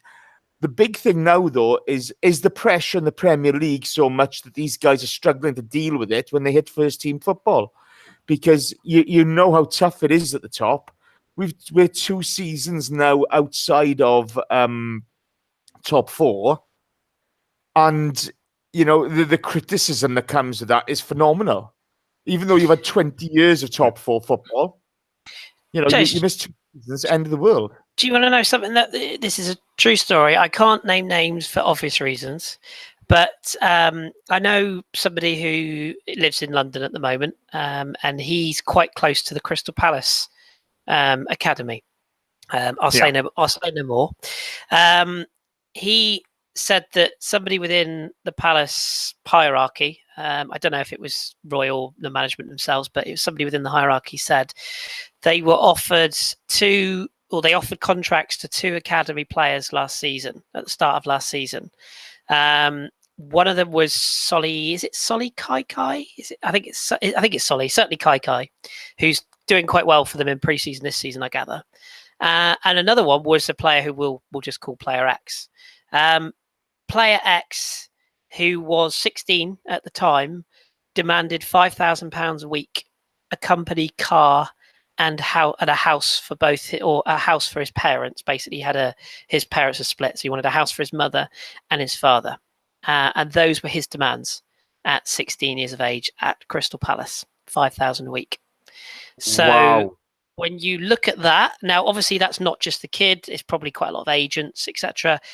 That player is currently playing non-league football as of next season. So make of that what you will. Good enough. So, I mean, sometimes attitude has a long way to go in terms of what a player is. If you listen to how Smith Rowe, for example, has come out after the game today and said, he's privileged to play for the club and it's a wonderful goal and he didn't know he was even going to receive. That's what you want. What you don't want is, Jay Bothroyd said it brilliantly when he came on the pod. He had an attitude. He thought he knew it all. He thought he could throw his shirt at Don Howe and get away with it. Well, this is what happened. It didn't work out for him. So, sometimes players have to grow up and they have to accept that, yes, they are young players with a huge future, but they're not Ronaldo yet. Ronaldo still had to come through a process. So sometimes it's not just the club and the academy system. It's also the players, who the players surround themselves with, and the advice they take or don't take, as the case may be. This is the thing. Everybody looks at Ronaldo, the Beckhams, etc., and they just think, "Oh, it's easy." But the work, the hard work, the graft those boys put in on the training pitch to get to where they are is phenomenal. And sometimes think, look, when these kids are young, of course they're gonna have their head up their backsides. That's the way you are when you're young. If I was in their position, I'd be a far bigger plonker. But you've got to put the hard work in the training pitch and earn the right to play. And then when you earn the right to play, the rewards are there. I remember Bergkamp signing a 25 grand a week contract at the Arsenal, and that was massive money at the time, You'd get by on 5 grand a week, wouldn't you, Chase? I reckon. Just about. It'd be tough, I know, but I'm not being funny. If they're not going to offer me 10k a week, what's the point? Well, fair point, yeah. I mean, I got overheads. Danny spends that on takeaway a week, so I mean, I was going to say, Jason, 10 grand a week, you start looking like Luke Shaw by a year's time. Simon drinks that in a night. All the gingers are fighting tonight. I'm off the pies at the moment, boys. Oh God, I miss the pies. Oh God, I do. I had 2 pints lunchtime after the funeral, and I had to have a nap. It's terrible. I'm Mr. Healthy at the moment. It's ridiculous. I've started something. You're doing it. Welsh is running around parks. I've started something there, haven't I? It's not good. I tell you what. Okay, it's not funny anymore. It's just not funny. Gone are the days of being a reprobate. I loved being a reprobate. It was so much fun. Honestly, the Arsenal are killing me as well. So let's have some questions then. If you guys got any questions, put them in the chat box. Josh is doing a great job of putting questions in there for me. Well, he's put a couple. Not really good, but there you go. But if you've got any questions, ask them now, and we'll go from here. So Cdu7549 asks, and this is to Chris. Chris, your thoughts on Guendouzi?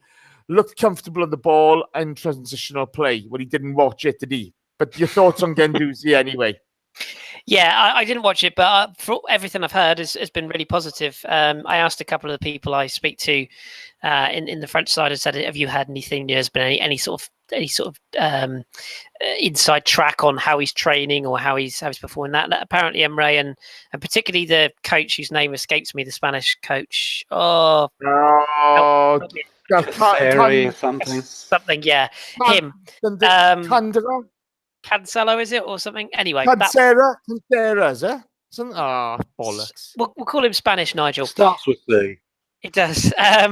Apparently, he's been particularly impressed, and something I've certainly noticed. Again, you can only read it to body language. He seems to be very well in with the crowd. I saw him taking part in a penalty competition the other day with Laka and Aubameyang, and I think it's Reece Nelson and Martinez and a few others. He seems to sort of integrate himself well. Everything I've heard so far has been really positive. I said when we signed him, obviously being a Lorient fan, I said, I think we've got a player here. And whilst I don't expect him to be starting Premier League games straight away, I do think sort of by Christmas time, he'll probably be a player that will be in and around the first team squad. So much like the other young players, give him time. Playing a few preseason friendlies and kicking a few penalties is not enough to judge a player on, but based upon what he's done since he's come in, he's definitely impressed a few people. And let's be honest, when you've got hair like that, if you're not impressing people, you will be very easily found out. So he's made a run for his own back there. But yeah, I think he'll do all right. I think he might be a really sensible addition, and it might have been part of the reason why they're willing to let someone like the Jeff go, because it's another player who's sort of taken out of that midfield competition. Just a couple of things on him after watching the game, Chris. He looked really, I wouldn't say comfortable. I'd say raw was probably the best way to describe him, especially at 19. There were a couple of moments where you're like, okay, he didn't seem to deal with a press that great. With the Atletico Madrid press probably being one of the top presses in the world footbul. Was that something you saw at Lorient, that if he gets pressed, he's not that much of a fan of it yet? It's not so much the press; it's overconfidence. He's got. People said about the comparison with Adrien Rabiot. The only comparison is he's got long hair. The only other thing that I would say that's similar to Rabiot, though, is that he's very cocksure. He's quite. He's almost got an arrogance on the ball, which is not a bad thing, because a certain young Spaniard with a mullet who turned up for us a few years ago had the same. It's how you harness that, and I think the only problem with Guendouzi at the moment, and he had at Lorient, is he does have a tendency just to hold the ball that little bit too long, or maybe not make decisions that little bit quicker than he should. That will hit him hard in the Premier League. He'll have to adjust quickly. And as you say, the press is one thing, but it's just about decision making. The one thing that he will always do, though, and he did do at Lorient when he broke into the team, he keeps the ball moving. And the only other thing I would say to look out for is his tackling isn't always the best. If he does get dispossessed, he's often the guy hacking the guy down from behind, Xhaka-esque, because he's lost the ball. So he'll probably pick up a few bookings as well. But yeah, I'd rather have a player who is willing to receive the ball and take a chance than a player who hides. So yeah, I think that will come with good coaching. Unquestionably, he had a mistake or two in him today, but to judge someone on the first serious pre-season game is being extremely harsh. Like you say, there were things he did very, very well, but no, he couldn't start against Manchester City if today is the level he's at today. Yeah, completely agree. Yeah, and he will be. He's one of the players I have very carefully. What's the word I'm looking for? Selected for my shirt printing this season, so I shall be repping the Guendouzi shirt.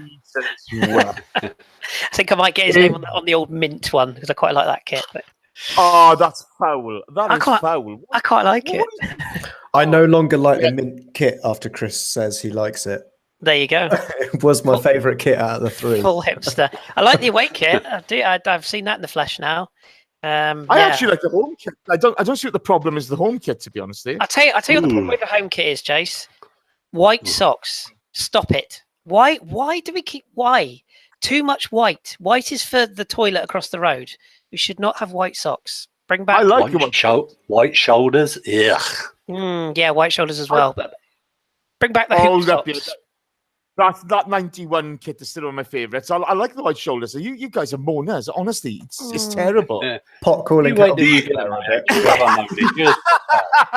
I just want red socks. That's all I want. Everything else with it is fine. I quite like the hazy pattern and all that, but no, I just want red socks. Shut up, you tart. Okay. Dave. Springy Dingy asks, who do you think will be the centre-back partnership for the first game of the season, the Premier League game?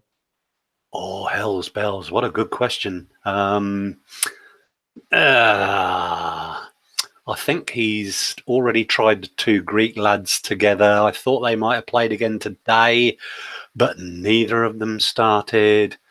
I've got a feeling he may have been turned off Rob Holding, possibly on today's showing.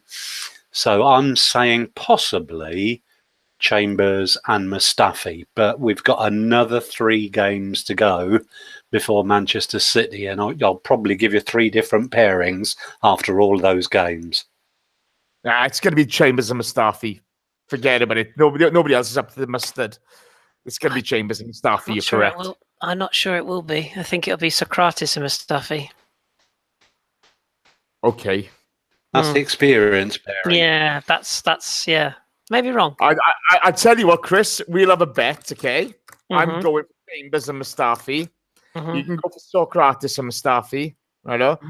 I don't know. We need a wager for that. We need a wager. You get each other's nicknames on your Arsenal shirt this season. No, I can't pull off Welsh justice. I got to sort those out this season as well. Just for everybody who's listening at the moment, we had a giveaway last week. So we're producing a T-shirt for Nicky Wilson as we speak. There'll be another T-shirt as a prize next week. That'll be on offer next week. If you're from abroad, you're going to have to pay the postage. Right? I'll pay for the T-shirt, not a problem. But I ain't paying the postage abroad. Right? That's the only thing. But yeah, I'm more than happy to post it anywhere in the world. All right. Here we go. This one's for you, Josh. Arian H asks, who would you rather take, Dembele or Leon Bailey? Oh, at the Arsenal. Who's Leon Bailey? Leon Bailey is the Jamaican winger who plays for Bayer Leverkusen. It's Osman Dembele, the French winger. I know Dembele is. Yeah, at Barcelona. I would probably take Bailey over Dembele. Really? Bailey for not footballing reasons, off the field reasons. I think just I don't see us getting Dembele out of Barcelona for a starter. Well, I think Bailey would more likely to be able to get out of that club, but I'd rather take a winger who I think Bailey doesn't really cut inside as often, and I like my wingers to hug the byline or be creative. So yeah, I'd take Bailey. Okay, Joe the Gunner says Dembele to Arsenal because the Malcolm deal. I don't see us going for Dembele whatsoever. And again, I'll go back to his behaviour when he left Borussia Dortmund, just not turning up, acting like a prick. I know second half of the season he improved at Barcelona, but I think there's just too many behavioural issues there. Also, Malcolm's been brought in as an additional, not a replacement. 100%. And the big thing is the money he'd want to be ridiculous. You know, that's not us. Okay, so Dave, back to you on this.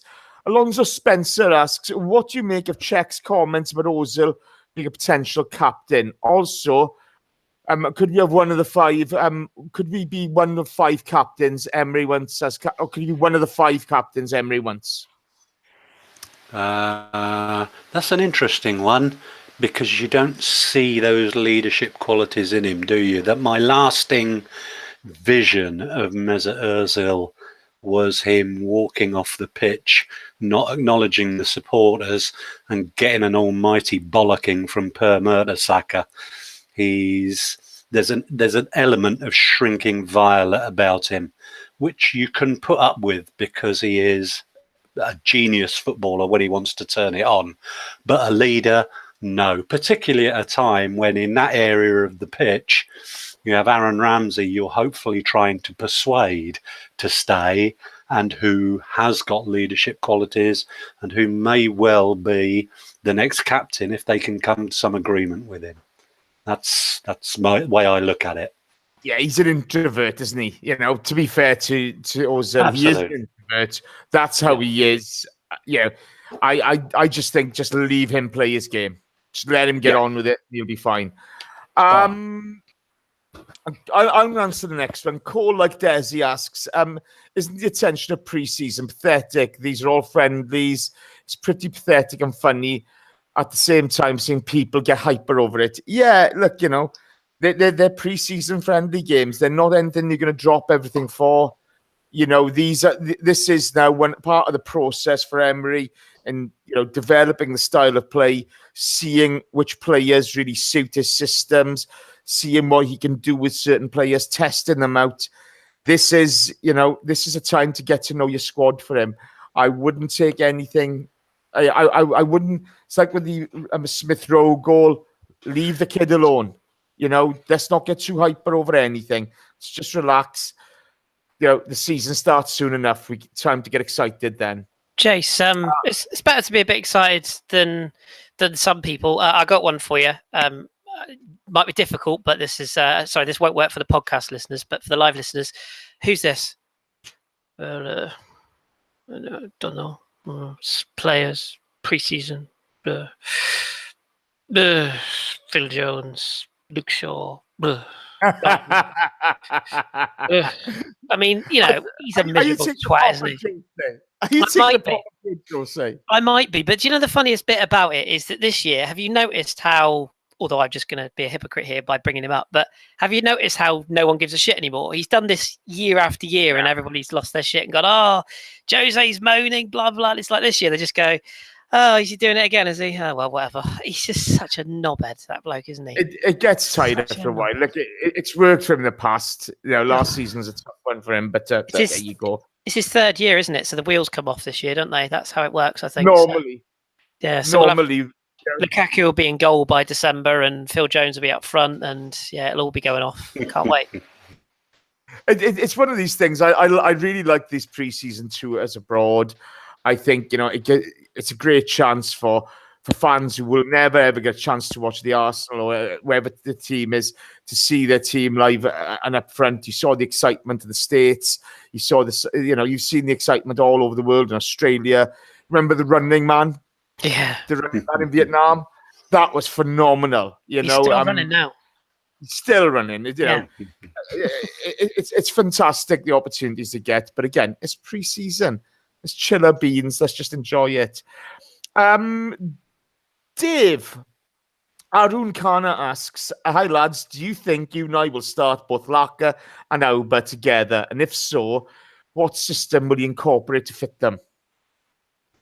I'd seriously like to think that he will, and I think we saw towards the end of last season the way in which that can work, because they are interchangeable from flank to centre. So if we're attacking down the left-hand side, then you have Aubameyang down on the left flank and Laka in the middle. If we come down the other side, Laka goes across to the right flank and Aubameyang's in the centre. And I think that flexibility could be key to us this season, because you can't do without the goals that both of them look like scoring. I love both of them, and to leave one out at the expense of the other wouldn't sit right with me. But it does kind of then dictate the system that we play, because it would have to be, but it is Unai Emery's preferred 4-2-3-1.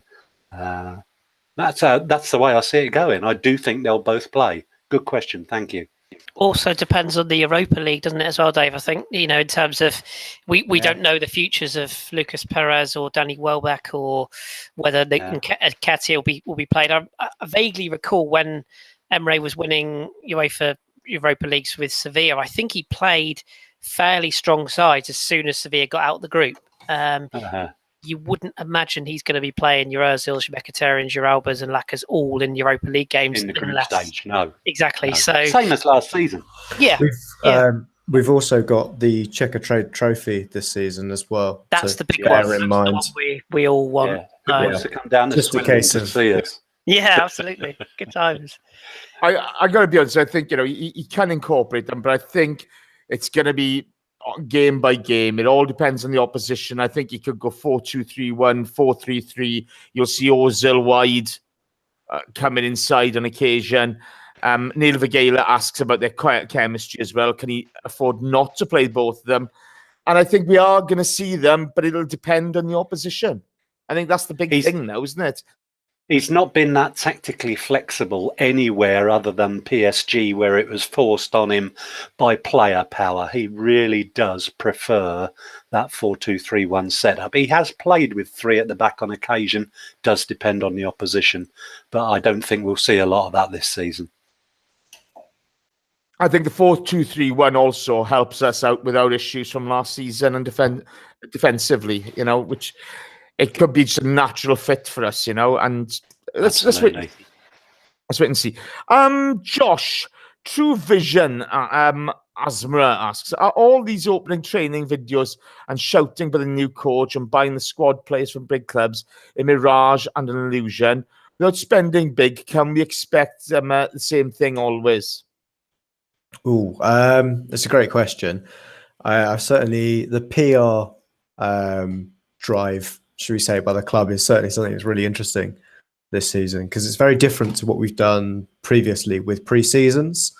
One thing I would perhaps say is now that there's a big change, pre-season, if they've been doing this for the past 2 seasons, would have looked, it was almost copy and paste with Arsene Wenger. I don't expect there to be too much of a difference. It was, we're going to a different place, but that's about it in terms of the drills being done. And I think this is just trying to get the fan base to continue that kind of, what's the word? The opposite to a split that we did have, because it kind of brought everyone together. Once Arsene left, everybody came together. And I think this is just trying to make that bond a lot stronger with the fan base, get them united behind this team and the coaching staff, and see that they are implementing changes to try and perceive that what we see on the field is different to what we saw last season. Yeah, the charm offensive's on, isn't it? They try to unify everybody behind Emery now. With the sort of Arsenal side of it and the way they did Vietnam, Australia, etc., I don't think there's a massive kind of difference apart from the training session parts of it and the player access. But, listening to the Gooners in the USA and the boys on the Gooners Down Under pods, access to the players at these events is always very good. It's just the social media side which has sort of blown up a bit with training sessions, etc. I don't think it's massively different, but a bit more emphasis on it. A question for all of us now. Loki73 asks, one player for £50 million. Who would it be? Chris Carpenter, I'm starting with you. Chris? Oops, sorry, I was on mute there. I said I was just cussing you because I knew you were going to come to me first. 50 million. 50 million is not that much. That's the problem nowadays, isn't it? I mean, you're talking about Harry Maguire. Harry fucking Maguire going for £65 million today. What has happened to the world? So do we hide? Is the question aimed at 50 million, or is he just saying a high-priced profile player? Just pick a fucking player for crying out loud. A player you'd get for 50 million or under. Can I change it to that? You could do whatever you want. Arturo Vidal. There you go. Arturo Vidal. Okay, yeah, fair enough. You get him for about 25 million, and that is on the assumption that Aaron Ramsey's not going to be around. If Ramsey is around, then I'd like to see us spend it on a wide forward. Pick me a wide forward, please. Oh God, Ivan Perisic. Oh, thank God for that. I tell you one thing now, okay, Loki, you're just causing me problems now. Sorry, the crap I got to put up with you. You haven't got to me yet. It gets worse. Oh, go on. Well, Go on. For me, it would be a wide player, but I haven't got a bloody clue who, because I don't watch all these European leagues at the weekend. Pick one. Just pick Not anyone. every weekend, anyway. Just pick anyone. Anyone? Oh, I don't know who to pick.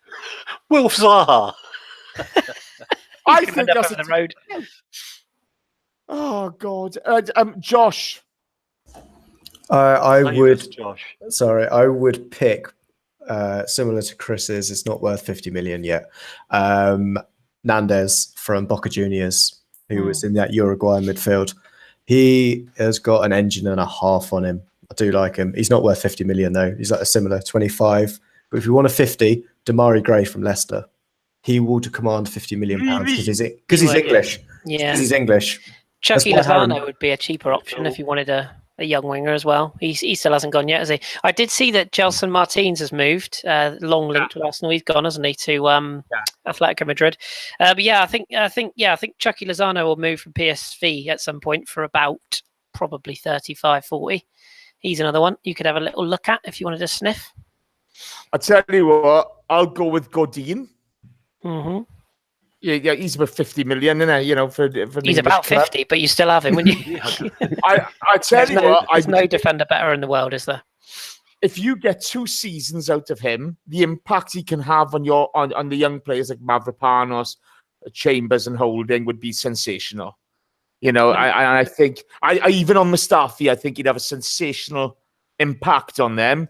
If you're going wide players, if Marco Reus didn't have those injury problems, I'd snap him up in the middle in a minute. Him or Draxler. But if your auntie had bollocks, she'd be your uncle. So very true, very true. I've got a choice, Jace. Jace, I've got a choice. Go on, Dave. I'm thinking about it now. That Croatian bloody centre half with the ponytail. Vida. What's his name? Libra or something? Dobogoy Vida. He's That's him. That's off to Liverpool, apparently, if you believe what you. Oh dear. Yeah.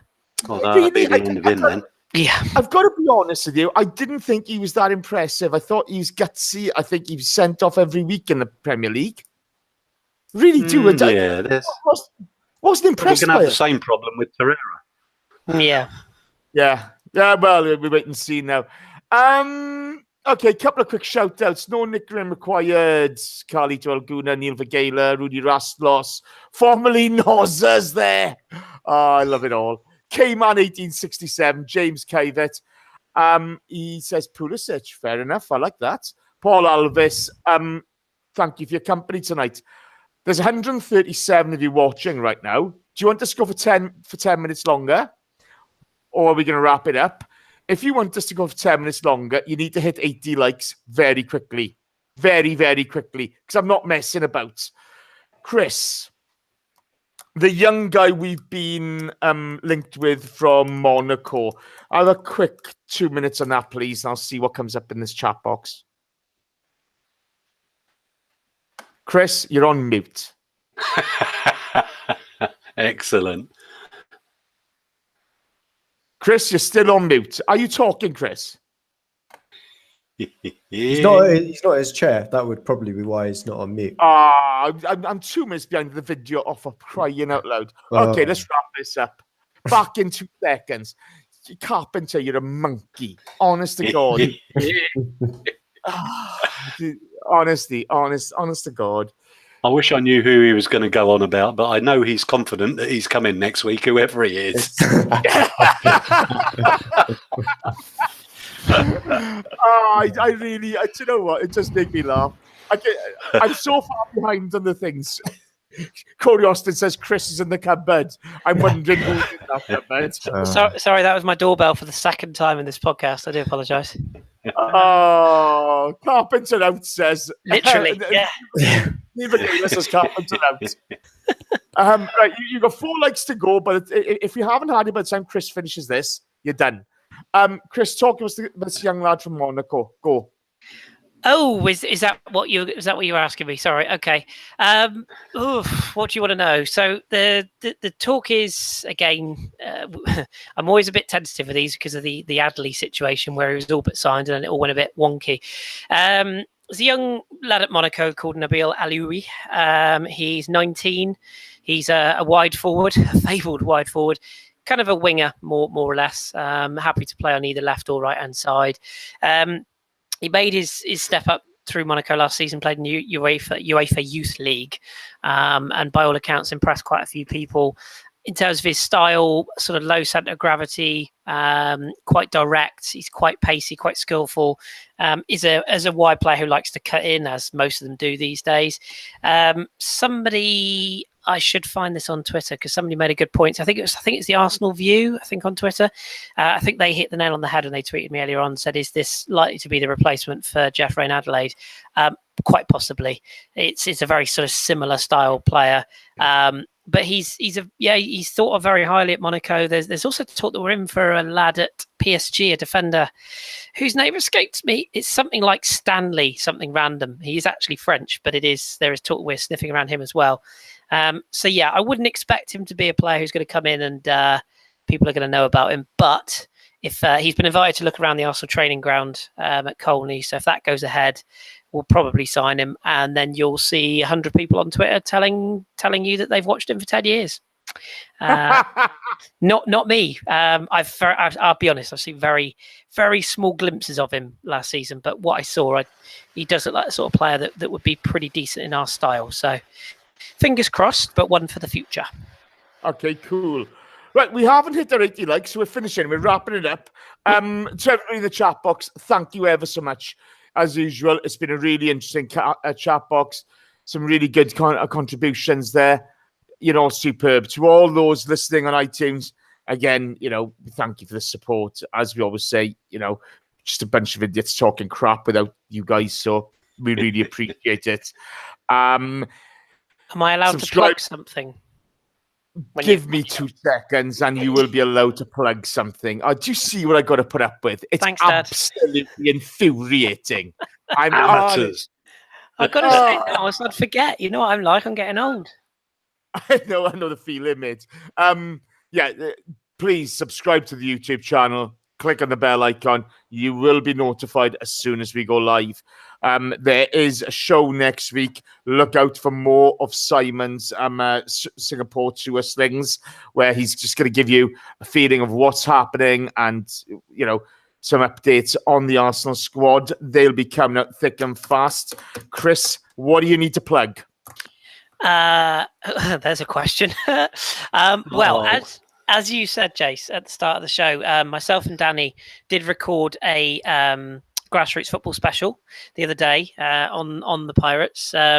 Started off the season with a loss, sadly. Lost 7-4 last weekend.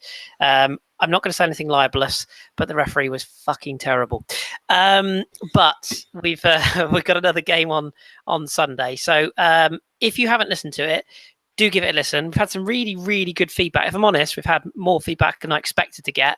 And this year, we're going quite heavy on the merchandise because a few people have said, we quite like shirts. And obviously, Danny's been promoting the idea of having an ABW shirt, etc.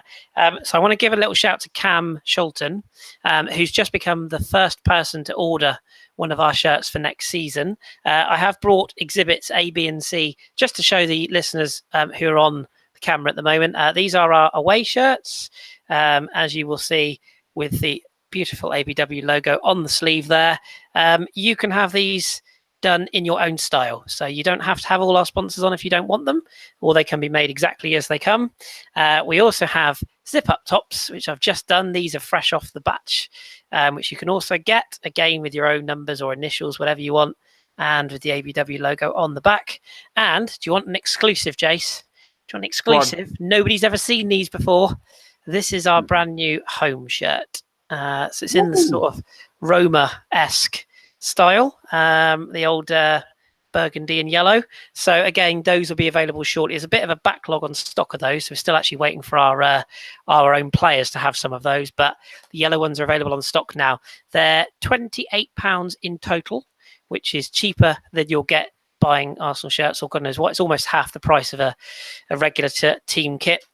And for that, we'll cover the postage. If you're outside the UK, we might need to ask you for a little bit more, but we'll try and keep it cost effective. If you're in the UK, 28 quid gets you the shirt, your own personal printing, so you can have any name or number on it. You can have ABW on the front if you want it. You can have it on the back, wherever you want it, and we'll cover your postage. So if you want one and you want to know how to do it, either tweet me at AFCFreddy8 or at Barbican Pirates on Twitter, and we will get you one sorted out. So thank you all very much. Anything we make off them goes back into our club, doesn't go into my pocket. So thank you all very much. I'll stop boring you now. I hate to say this, but I'm gonna have to buy one. I'm gonna have to buy one of those, aren't I? Well, I'd love to see you. Do they do them in your size, Jace? I'm not touching that. I tell you what, okay, you really aren't going to be hearing much from Josh this season. That Chris, boy likes his soup. Chris, Yeah, he must do. I think Orlando Chris has just asked how much for the zip-ups. I'll get back to you, Chris. They're a little bit more, but not a huge amount more because of the material. So probably about 30, 32, something like that. But I'll let you know. I got to be honest, I like the zip-up as well. And actually, I listened to the Grassroots pod this week. It is excellent. Give it a listen. If you want to know what goes in, the running costs and the effort that goes into running a Sunday League team. It's a Sunday League team. It's excellent insight into it.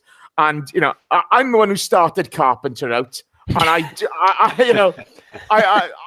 love that hashtag, okay? But, I really want to see the Pirates do well. And to be honest, you guys, if you're interested in starting your own club up, there's some really good information there about, what you need to do. Things like insurance, the cost of play insurance is through the roof. For fully comprehensive play insurance, it's like £400. The lower rate one still, was it 140, Chris? 120 for a season, yeah. 120. And you have to have that. And you've got to have it, So if you can support the Pirates, that would be magnificent. As much as I enjoy taking the piss when they lose, I do hope they win a few. And that's all I'm going to say. If you don't want a shirt and you just want to chuck us a fiver, we've got a crowdfunding page, a Just Giving page rather. It's all on our doodles. Somebody actually donated 10 quid the other day. They were anonymous, so thank you to whoever you are. But yeah, if you want to donate, you can do that. But hey, it'd be really, really cool if we had shirts. We've got a few around the world. We've got a few in Canada, a couple in America. The chap I mentioned there, Cam, is actually in. Where's Cam? He's based in New York, I think he said. Yes, he's in New York. So we'll have a Pirate shirt on its way to New York, which is kind of cool when you think about it, when we're just a humble Sunday League team. So I've got to be honest, K-Man 1867 has just nailed me. 80 likes. We could have another 10 minutes. I rattled on for 10 minutes. You got to give him 10 minutes of other stuff for that. Okay. Right. Okay, man. Because it's you're getting 10 minutes. Okay. But I will say this for all the nonsense that you do get on social media, the things like this, whether a Pirate shirts in Canada, the US, Australia with Peter Kennelly, etc. It's magnificent. This is the great bit about what we do. This is the bit I really love. Okay. This is the bit which, last season when we were going through losses away from home and it was really horrible podcasting, that's why we keep on putting content out there. We're lucky enough to have some brilliant listeners and some brilliant people who interact in that box. K-Man's there all the time, and that's why you get it. So, okay, so before we say goodbye then, let's have a quick 10 minutes. Guys, Josh, I'm going to start with you because this is going to be a last appearance for like 6 months. He thinks I'm joking. I don't know why he thinks I'm joking. What are your hopes for this season, and where do you think we are? Emery's coming. It seems to be very positive. Are you hopeful? Yeah, I still think that we'll get to the Europa League final. I think that's certainly within our reach. And I think with the league, I'm getting a bit trepidatious now about where we might end up. But I think still third is reasonable. I think we can get to third. There's enough of the big teams around us that are going through problematic pre-seasons, should we say, with them up the road, forgetting it's a transfer window. Jose's in his third season syndrome, and Conte's finally gone and Sarri's in, so that just leaves us with Liverpool and City. Yeah, it's quite interesting. I mean, Sarri signing. What's his name? What's the keeper's name? Green. Rob Green. Rob Green. The box ticker. Shameless box ticking. Yeah. Wow. James Clevitt is representing Tampa, Florida. Hello, James. Matthew Jones is there. Steve, you've seen managers come and go at the Arsenal. You've got more knowledge than all the rest of us put together on Arsenal Football Club. Do you think this is a positive situation for us going forward now? Are you happy with the way Emery is conducting the squad and the way he's going about things? Very much so, but it's definitely a kind of a honeymoon period, isn't it? I do like the way that the club have been more open about what's been going on in pre-season, and they've really emphasised the fact there seems to be a terrific team spirit building, because everything they're showing of what's going on day by day in Singapore shows a bunch of guys who are laughing and joking with each other. And that's got to be to Emery's credit. And it looks as though the guy whose name begins with C that we can't think of at the moment as a coach has also... Caicedo. No, I'm looking this up now. It's bugging me. Yeah, absolutely. I should do it. I've got the screen there, but I can't. But he seems to be the good guy in the relationship. And I'm not sure that Emery's going to be the bad cop, but it allows him to be the bad cop if he has to be. Everything I'm seeing is positive, and yeah, I've got a real good vibe about it. It might all go pear-shaped, who knows? But right now, I'm very positive about it. Juan Carlos Caicedo. There you go. I tell you, Caicedo, you don't believe me. You got to go and look it up, haven't you? I just don't believe it. Just to be sure. Is he one of the Cardiff Caicedos? There's a few of them around, yeah. Did you know that we've got a gentleman from Japan on our staff? I didn't know this. We have a soft tissue therapist by the name of Takahiro Yamamoto. Now I've learned something there. He's a cartoon character. I'm not having that.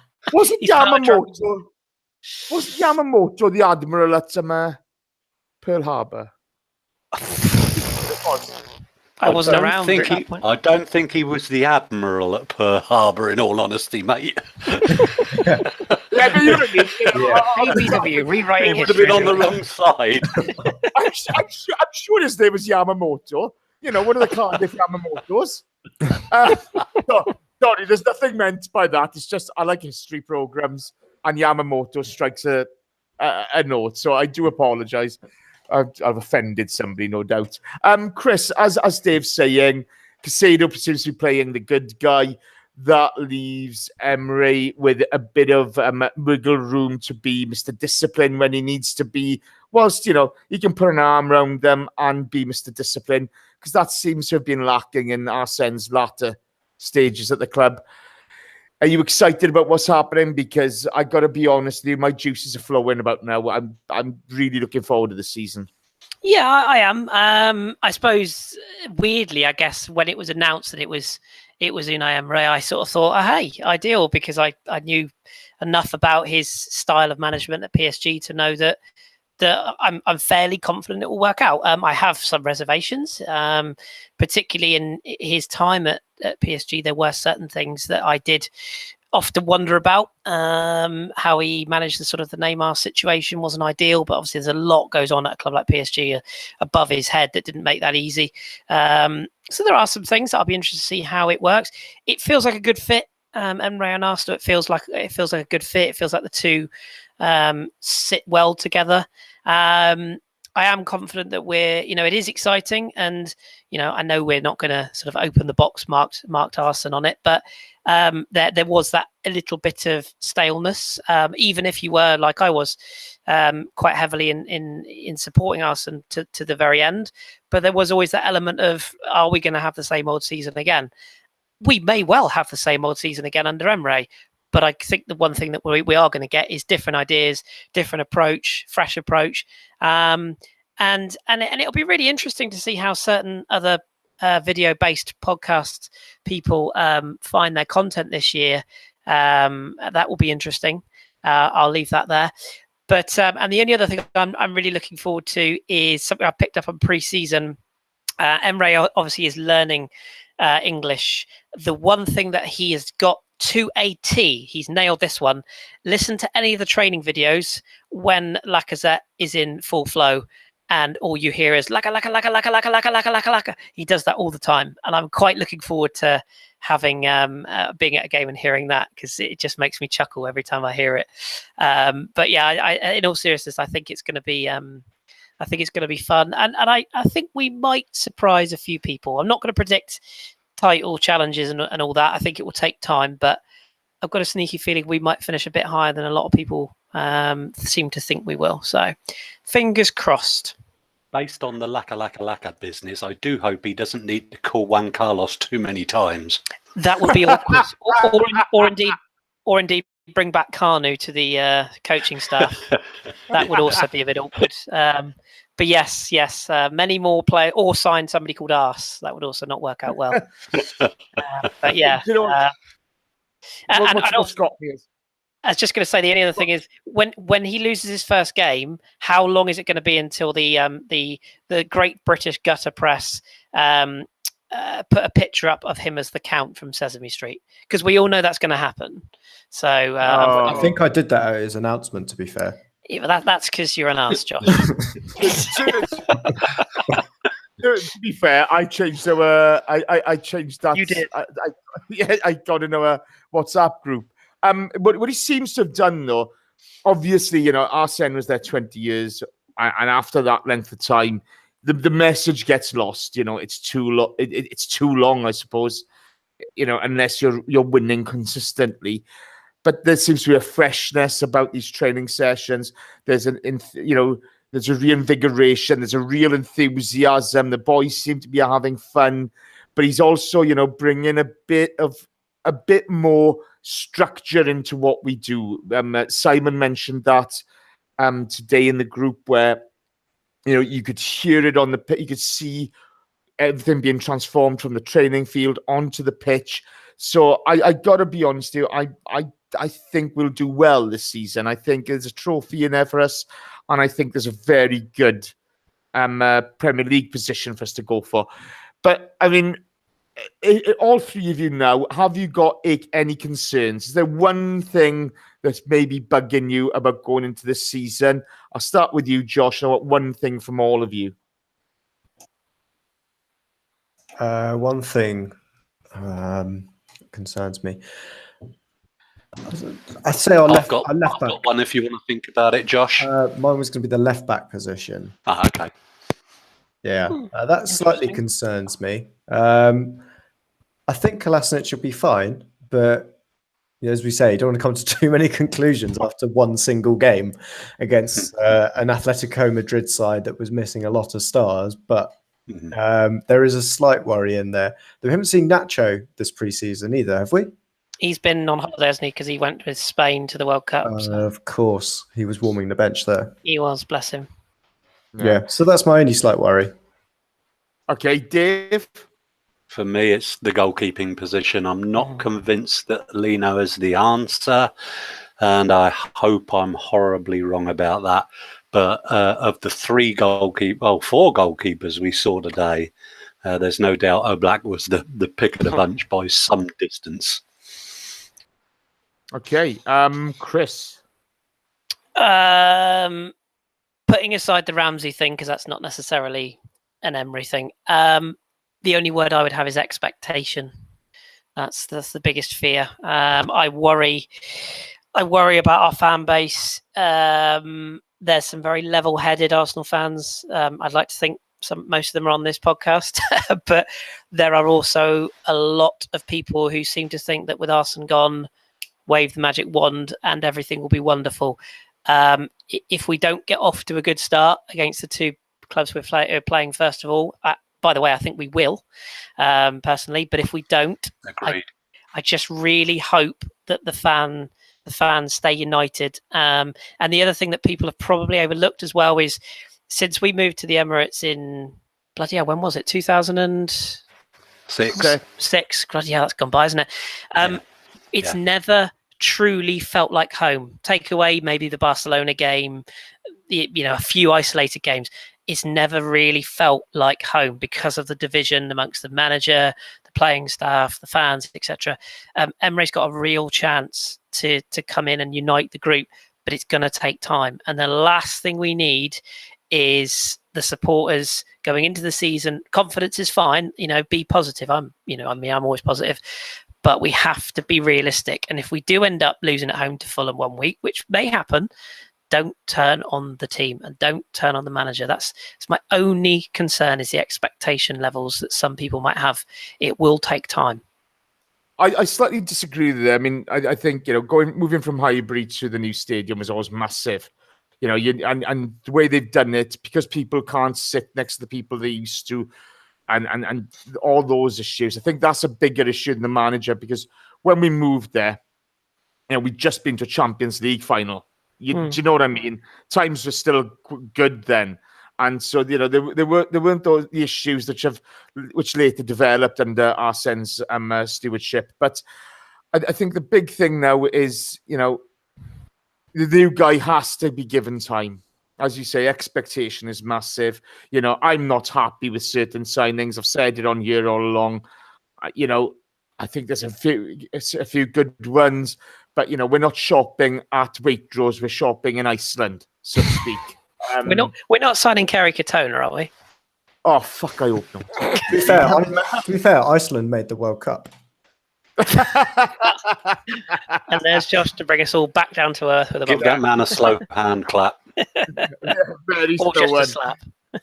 But a slap, will be honest with you. But again, it's one of those things where, I think we'll be fine. I think it may take us 4 or 5 games to get going, but I'm really happy with the first couple of games of the season. Getting Chelsea and City early could really work out in our favour.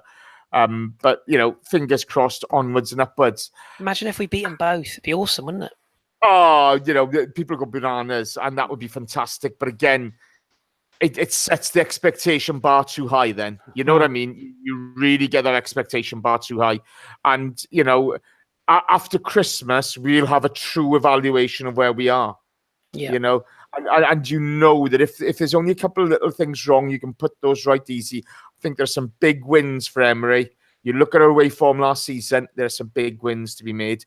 So fingers crossed it all goes well. And that's it. That's it for tonight. Stefan Selby. As we're finishing, Stefan Selby joins us.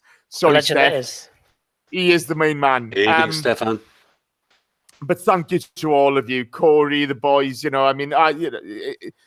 are ever so lucky to have you guys. My thanks to Chris. Chris, thank you very much. No worries, Jace. All good, mate. Pleasure. Brilliant. Dave, thank you ever so much. Thanks for inviting me, and thank you everybody for listening. Much appreciated. Josh? Jason? You're in trouble. You're in trouble. Josh, do you want flowers or donations? I think just a decent spread full of laxatives for everybody who turns up. Thank you very much, Josh. Well played tonight, mate. Well played. So if you can subscribe to the YouTube page and click on the bell notification, you'll know when we're going live. As unlikely as it is that any more signings coming in, we will go live that night if there are. Next week is the final transfer show. Then it's on to the season. Chris's Grassroots pod is up on the site. You have Simon Collins doing the Singapore Slings, showing you what's happening in Singapore at the moment. They'll go up whenever he puts a report in. And just thank you to everyone. It's brilliant as always. Have a great week, guys. Enjoy the sun. Don't get burnt. And it's been Mental Health Week this week. If you've got a problem, talk to somebody. People who are there to help. Take care of yourselves and keep it Arsenal. Good night.